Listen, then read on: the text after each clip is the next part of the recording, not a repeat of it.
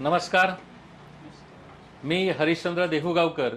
राजकारणाचे शुद्धीकरण या कार्यक्रमामध्ये दैनिक राज्य लोकतंत्रतर्फे मी आपणा सर्वांचं मनपूर्वक या ठिकाणी स्वागत करतो.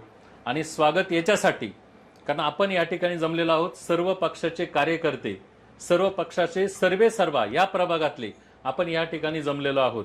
अतिशय चांगली ही पर्वणी म्हणावी लागेल, कारण हे चित्र कुठंच पाहायला मिळत नाही, देशाच्या राजकारणामध्ये सुद्धा पाहायला मिळत नाही.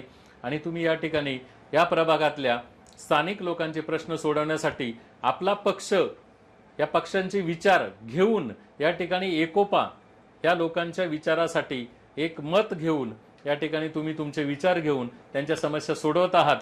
अशा पद्धतीने हा प्रोग्राम सुद्धा आपल्या दारामध्ये येऊन ठेपलेला आहे. आणि एक अभिमानाची बाब म्हणजे राजकारणाचे शुद्धीकरण झाले पाहिजे हा विचार सुद्धा तुम्हा सर्वांना पटू लागलेला आहे.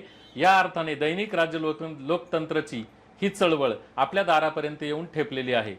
तर सर्वप्रथम मी ताईंचं या ठिकाणी स्वागत करतो आणि या ठिकाणच्या समस्या आणि आपण एक पक्षीय राजकारण हे बाजूला ठेवून इथल्या समस्या कशा सोडवता आणि आता सध्याची महत्त्वाची समस्या इथली कोणती, काय सांगाल? नमस्कार, मी प्राजक्ता प्रशांत गायकवाड, पुणे शहर जिल्हा कमिटीची काँग्रेसची VJNT सेलची अध्यक्ष आहे. इथे आपण आता जे जमलेलो आहेत तर आम्ही इथे सर्व पक्षीय जमलेलो आहोत. इथे म्हणजे बोपोडी, औंध बोपोडीमध्ये आमचा हा प्रभाग हा 8 क्रमांक आहे. आणि 8 क्रमांकामध्ये जनतेचे खूप समस्या आहेत. म्हणजे नॉर्मल समस्या तर कशा, गटार पाणी, ड्रेनेज, ह्या तर सगळ्या समस्या आहेच. पण लोकांना आता नवीन बदल हवा आहे. म्हणजे हा बदल म्हणजे इच्छुक भरपूर आहेत. इच्छुकांना तर संधी द्यावीच असं म्हणजे हे आहे. आणि शुद्धीकरण करायचं असेल तर सगळ्यांनी मिळून जर जनतेच्या समस्या जर सोडवायचा प्रयत्न केला तर नक्कीच बोपोडी, औंध बोपोडीचा विकास होऊ शकतो. माझा पुढचा प्रश्न असा आहे, तुम्ही एकत्रित येताय ही शुद्धीकरणाची सुरुवात समजायची का जनतेनी? हो, नक्कीच. कारण एकत्र राजकारण ही वेगळं आहे आणि समाजकारण हे वेगळं आहे. तर मला असं वाटतं राजकारण हे तेवढं पुरतच पाहिजे. जोपर्यंत आपल्या इलेक्शन्स किंवा निवडणुका होतील तोपर्यंत राजकारण ठीक आहे. पण जर आपल्याला खरंच जनसेवा करायची असेल तर सगळ्यांनी मिळून जर आपण त्या जनतेची सेवा केली तर हे आपल्यासाठी खूप महत्त्वाचं आहे. आणि जनतेला जर आपण त्यांना सेवा देऊ शकलो तर नक्की विजय आपला आहे. पद हे येत जात राहतं, आज आहे उद्या नाही. बोपोडीची सर्वात प्रभाग 8 मधली मुख्य समस्या कोणती, काय सांगाल? हा प्रश्न दुर्लक्षित राहिला. आता तसं म्हटलं तर आपल्या इथे म्हणजे अस्वच्छता भरपूर आहे. अस्वच्छता आहे आणि त्याच्यानंतर भरपूर रस्त्यांचे प्रॉब्लेम आहे. सगळ्यात महत्त्वाचा इथे प्रॉब्लेम बेरोजगारी, पाण्याचे प्रॉब्लेम आहेत. ह्या सगळ्या गोष्टींचा विचार केला तर आपण औंध बोपोडीमध्ये खूप मागे आहोत. विजयाची माळ आपल्या गळ्यामध्ये जर पडली आता येणाऱ्या इलेक्शनमध्ये, तर त्याच माळ गळ्यामध्ये पडली, गुलाल उधळला, त्या क्षणी तुम्ही पहिली समस्या कोणती सोडवाल बोपोडीतली? मी सगळ्यात आधी महिलांसाठी काहीतरी करण्याचा प्रयत्न करेल. म्हणजे महिलांना घरगुती, की ज्या महिला घराच्या बाहेर पडू शकत नाही आणि भरपूर लोक अशी आहेत की त्यांना म्हणजे महिलांनी बाहेर जाऊन काम करणं आवडत नाही. तर घरामध्ये काहीतरी उद्योग. दुसरी गोष्ट की असं काहीतरी आपल्याला महिलांसाठी करायचं की महिला तिकडे जाऊन म्हणजे एक आनंदाने किंवा म्हणजे एक ह्याच्याने ती राहू शकते. आणि सगळ्यात महत्त्वाचं स्वच्छता, स्वतःच्या पायावरती ती महिला सक्षमपणे उभी राहिली पाहिजे, हे तुमचं स्वप्न आहे. हो, येस. धन्यवाद. मी आपल्याकडे येतो. सरांना एक प्रश्न आहे. सर, बोपोडी हा प्रभाग क्रमांक 8 गेले अनेक वर्षापासून या ठिकाणी स्लम एरिया आहे. यासाठी वेगळे प्रयत्न आपल्याकडनं काय झाले एक नागरिक म्हणून?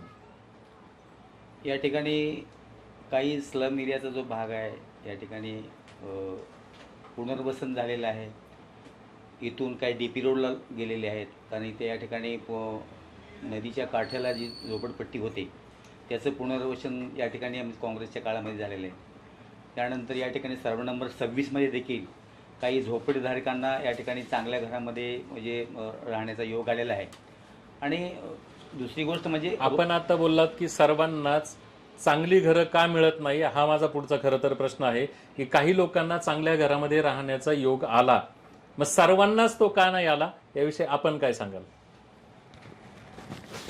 नाही, ह्यामध्ये जर तुम्ही म्हटलं असं प्रश्न विचारला तर आत्ता जी मलाच म्हणजे त्यात माझंच त्या झोपडपट्टीमध्ये स्वतःचं घर होतं, पण ती स्कीम तेवढ्या एरियापुरती झाली होती, त्याच्यामुळे त्याचं इम्प्लिमेंटेशन झालं होतं.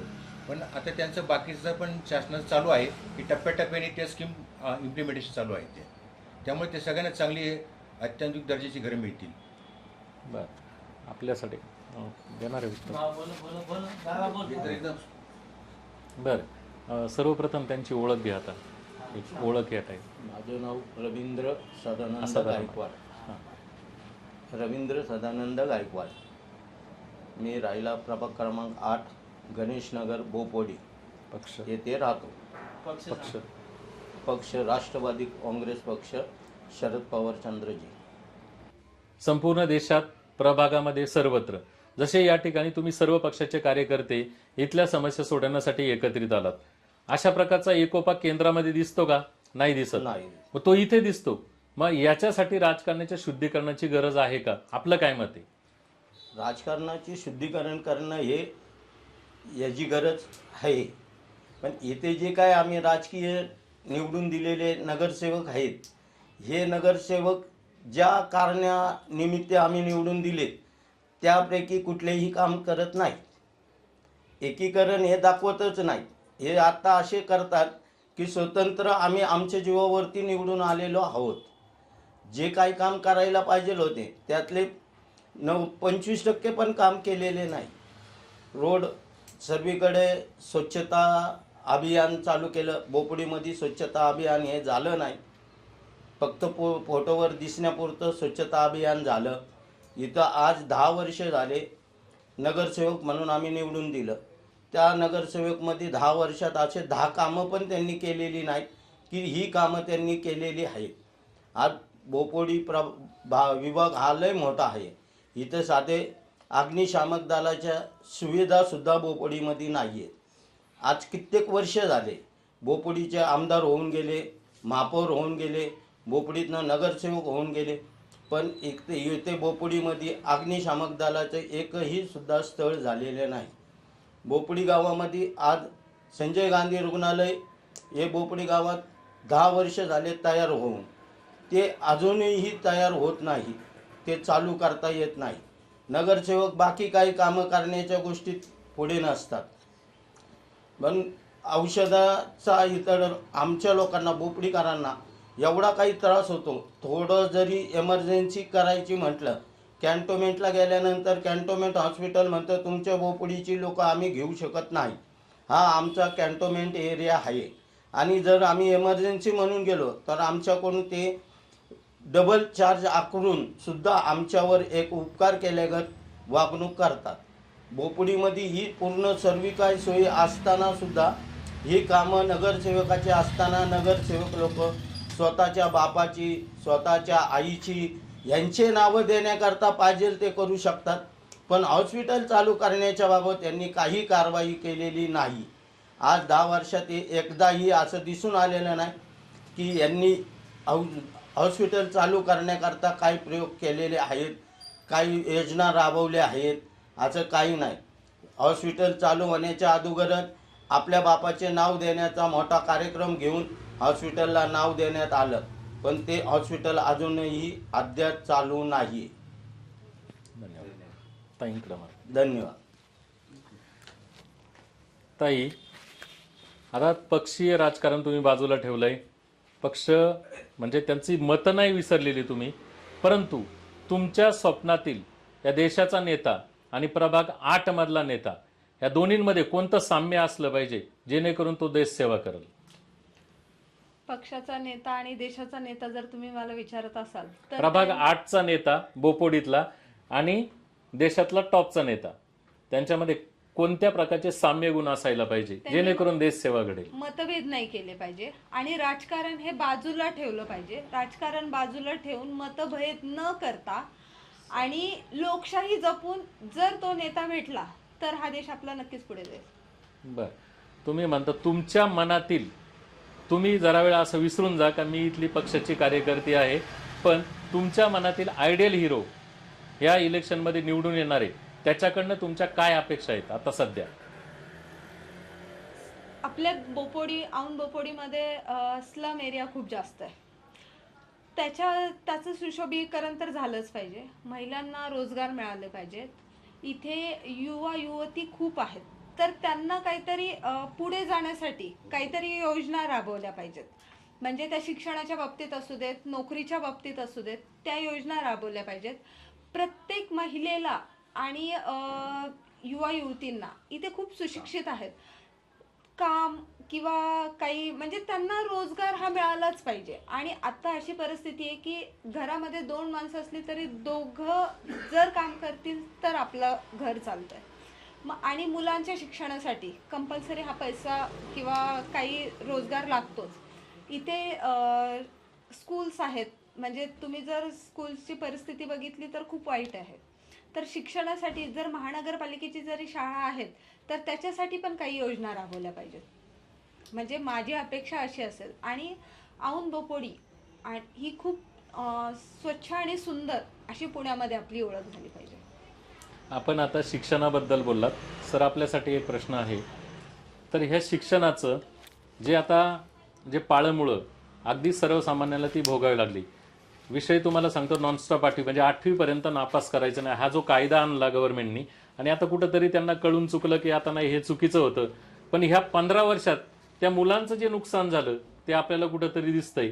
ह्या शिक्षणाच्या अशा प्रकारच्या धोरणांचा तुम्ही काय कशा प्रकारे निषेध कराल की त्याचं म्हणजे अनुकरण कराल? काय झालं याच्यामध्ये की जी मुलं होती शिकायला, जी मुलं होती शाळेत गेली, त्यावेळेच्या परिस्थितीनुसार त्या सरकारने तो निर्णय घेतला असेल. आणि आत्ताच्या परिस्थितीनुसार आता हा निर्णय काय झालं, त्यावेळेस इतर ज्या संस्था होत्या, शाळा होत्या, त्या किती होत्या त्याच्या. आता त्यावेळेस CBSE बोर्डाचं प्रमाण एवढ्या मोठ्या प्रमाणात नव्हतं. आता आमच्या प्रमाणामध्ये इंटरनॅशनल बोर्डाच्या शाळा आलेल्या आहेत. त्याच्या कम्पॅरिझननी मग आता हा विषय पुढे आला असेल. त्यावेळेस ज्या सरकारने तो निर्णय घेतला असेल तर त्या परिस्थितीत घेतला असेल ना, की ह्या परिस्थितीत हा निर्णय गरजेचा होता की नव्हता, असं तो त्यावेळेस. त्यामुळे की नुकसान झालं का नाही हा तर तो ज्यांनी निर्णय घेतला त्यांनी तो विचार केलाच असेल. एक पक्षाचे प्रमुख सर्वेसर्वा या प्रभागातले म्हणून तुम्हाला भविष्यात या ठिकाणी इलेक्शन निवडून आल्यानंतर तुम्हाला लोकांनी कौल दिल्यानंतर कोणती समस्या तुम्ही प्रायोरिटीने पहिली सोडवाल बोपोडीमधली? मी सगळ्यात पहिली जे काम आहे ते बोपोडी भागामध्ये सगळ्यात मोठा प्रश्न आहे तो आरोग्याचा प्रश्न. आरोग्याचा प्रश्न मी असं म्हणेल की माझ्या भागामध्ये हा दवाखानाच नाही. इतके वर्ष झाले इथं कोणाला ताप थंडी जरी आली तरी तो माणूस आम्ही इथे ॲडमिट करू शकत नाही. ही आमच्या प्रभागाची सगळ्यात वाईट अवस्था आहे. आमच्या प्रभागाला लागून खडकी कॅन्टोन्मेंटचं हॉस्पिटल आहे, त्या भागात आमच्या बोपोडी या भागातला माणूस तिथं ॲडमिट करून घेतला जात नाही. आणि अनेक आमदारांच्या मार्फत मागणी झालेली आहे. आता थोड्या दिवसातच हा प्रयोग संजय गांधी हॉस्पिटल हे मोठ्या प्रमाणामध्ये आता झालेलं आहे. आम्ही वेगवेगळी मागणी केली, आमदारांनी बजेट टाकलेलं आहे, सगळ्या सुखसुविधा त्या ठिकाणी आलेल्या आहेत. मला वाटतं की इलेक्शनच्या आत बाहेरच हा सगळा आरोग्याचा जो मोठा प्रश्न आहे हा सुटण्याच्या मार्गावर आहे. यासाठी आमदारांनी खूप मोठ्या प्रमाणात प्रयत्न केले. धन्यवाद. आज लोकतंत्राच्या राजकारणाचे शुद्धीकरण या कार्यक्रमामध्ये आपण अगदी मनापासून सक्रिय सहभाग नोंदवला आणि आपली मतं समाजाच्या जी उपयोगाची आहेत ती मांडली. त्याबद्दल दैनिक राज्य लोकतंत्रतर्फे मी आपले पुन्हा एकदा या ठिकाणी ऋण व्यक्त करतो आणि थांबतो. जय हिंद, जय भारत.